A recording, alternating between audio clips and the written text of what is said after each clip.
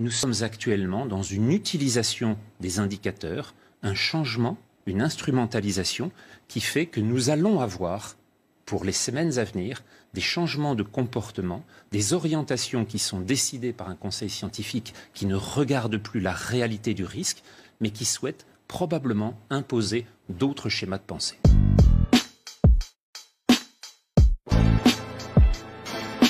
Expliquez-nous, est-ce qu'on doit parler de rebond de l'épidémie, de frémissement ou de deuxième vague? Parmi tous les chiffres que vous avez montrés, ceux qui sont importants sont les 3 derniers sur les 4. Et la communication n'est faite que sur le premier. Pourquoi? Parce que l'essentiel dans une pandémie est de savoir le nombre de morts qu'elle entraîne. Et de savoir également le nombre de cas sévères, le nombre de patients hospitalisés, et en particulier en réanimation.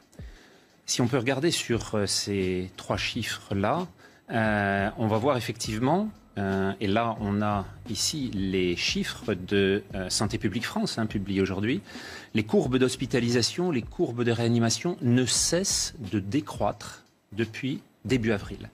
Et plus encore, le chiffre du nombre de décès totaux, quotidiens, chaque jour en France, que ce soit ceux des patients hospitalisés ou ceux des patients en maison de retraite et en EHPAD, ne fluctue pas depuis plus de 4 semaines maintenant, et il est à 99% de ce qu'a été le chiffre maximal le 6 avril. On voit donc que cette réduction de 99% n'a entraîné aucune accélération ni en avril, ni en mai, ni en juin, ni en juillet. Aucun des événements qui annonçaient une deuxième vague ne s'est trouvé vérifié.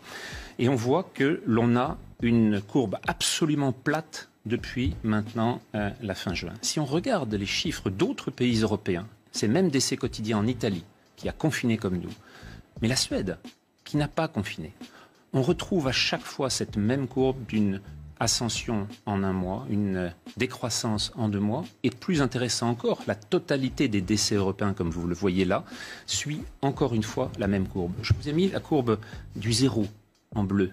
Vous voyez qu'aujourd'hui même, un événement particulier vient de se trouver confronté dans un accident statistique, c'est celui de 5000 décès qui ont été enlevés du décompte par les statisticiens britanniques, qui ont considéré que 5000 personnes parmi eux avaient été comptées en excès. Sur 45 000 décès, ça fait donc plus de 10% qui se trouvent soudain retirés de la statistique.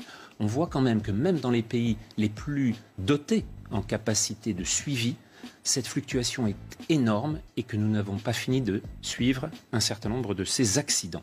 Alors maintenant, l'accident principal en France, puisqu'on a dit qu'il n'y avait pas de deuxième vague, toujours pas, se trouve en confrontation avec ce que vous voyez ici, c'est-à-dire l'augmentation du nombre de cas positifs en France. Il ne s'agit pas de patients en réanimation, il ne s'agit pas de patients hospitalisés, il s'agit de formes de sujets jeunes, asymptomatiques, qui viennent demander simplement si leur état est celle d'un sujet qui a rencontré le Covid-19, le SARS-CoV-2, ou s'il est à risque. Bien entendu, comme toujours en clinique, toujours en médecine, ce sont les symptômes qui priment, c'est la dégradation de l'état d'un sujet qui va entraîner la réaction. Or, nous ne sommes plus du tout dans la gravité, dans l'urgence du printemps, de celle de février, de mars et d'avril. Et donc, en ce moment, nous sommes actuellement dans une utilisation des indicateurs, un changement, une instrumentalisation qui fait que nous allons avoir, pour les semaines à venir, des changements de comportement, des orientations qui sont décidées par un conseil scientifique qui ne regarde plus la réalité du risque, mais qui souhaite probablement imposer d'autres schémas de pensée. Écoutez, franchement, cette explication déjà, elle était suffisamment claire et on voit ces chiffres. Mais là, quand je vous entends, j'ai très peur.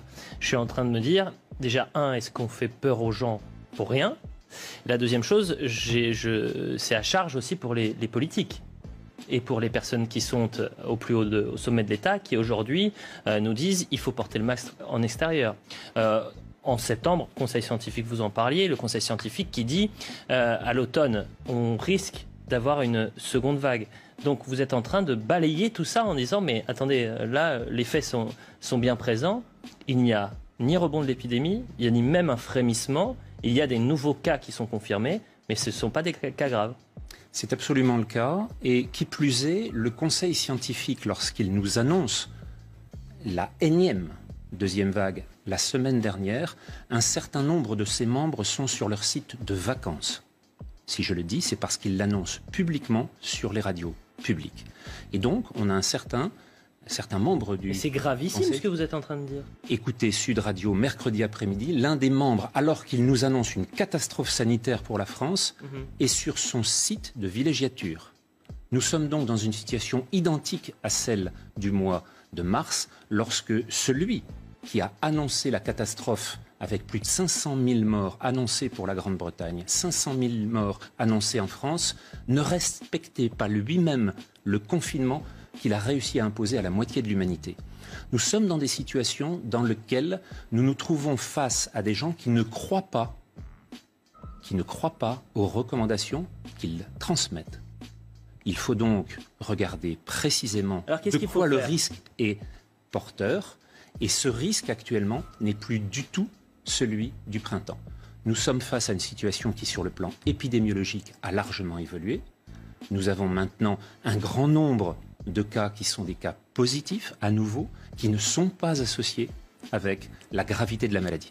Pourquoi ? Eh bien, il y a un grand nombre d'explications qu'il faut maintenant avoir sur le plan de l'épidémiologie, sur le plan de la virologie, sur le plan de l'adaptation des espèces les unes aux autres, dans cette compétition extraordinairement tendue, sur lequel le virus avait l'avantage au printemps et sur lequel, manifestement, il ne l'a plus pendant l'été.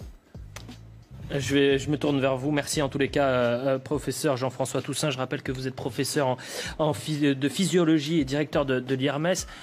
Ça fait maintenant un peu plus de 6 semaines que quotidiennement on parle de ce rebond potentiel de l'épidémie. On s'alarme ces derniers jours. On a quoi ? Peut-être une dizaine, voire une vingtaine de scientifiques qui viennent sur ce plateau. Vous êtes le premier aujourd'hui qui arrive et qui nous dit... Bon, bah voilà, il n'y aura pas de. Pour l'instant, il n'y a pas de. Attention, je ne dis pas qu'il n'y aura pas de deuxième vague. Non, mais que pour je dis simplement, et depuis l'instant, il n'y a pas de rebond de l'épidémie. Et depuis le mois d'avril, c'est ce que vous m'aviez invité à dire sur ce plateau, que pour l'instant, il n'existe pas de deuxième vague. Or, on nous l'a affirmé pour le relâchement en avril, pour le déconfinement en mai, pour la fête de la musique en juin et pour les clusters en juillet. Il n'y a, vous l'avez vu, aucune deuxième vague dans aucun des pays d'Europe. Dans aucun des pays d'Europe. Alors maintenant, il est possible qu'il y ait une saisonnalité à l'automne. D'où viendra-t-elle ? Elle ne viendra pas du comportement des Français, elle viendra des problèmes qui sont en train actuellement de saisir l'ensemble des pays d'Amérique du Sud. Le Brésil, le Chili, l'Argentine, qui voient encore augmenter le nombre de cas et le nombre de décès. Là, en ce moment, l'épidémie est active. Si, comme pour les orthomyxovirus, c'est-à-dire les virus de la grippe, ce virus mute, s'adapte et prend une forme saisonnière, alors à ce moment-là, on va la voir réapparaître. Mais il ne s'agira en aucune façon d'une deuxième vague liée au relâchement du comportement des Français. Ce sera simplement une phase sur laquelle un virus est en train de s'adapter dans un contexte environnemental totalement différent.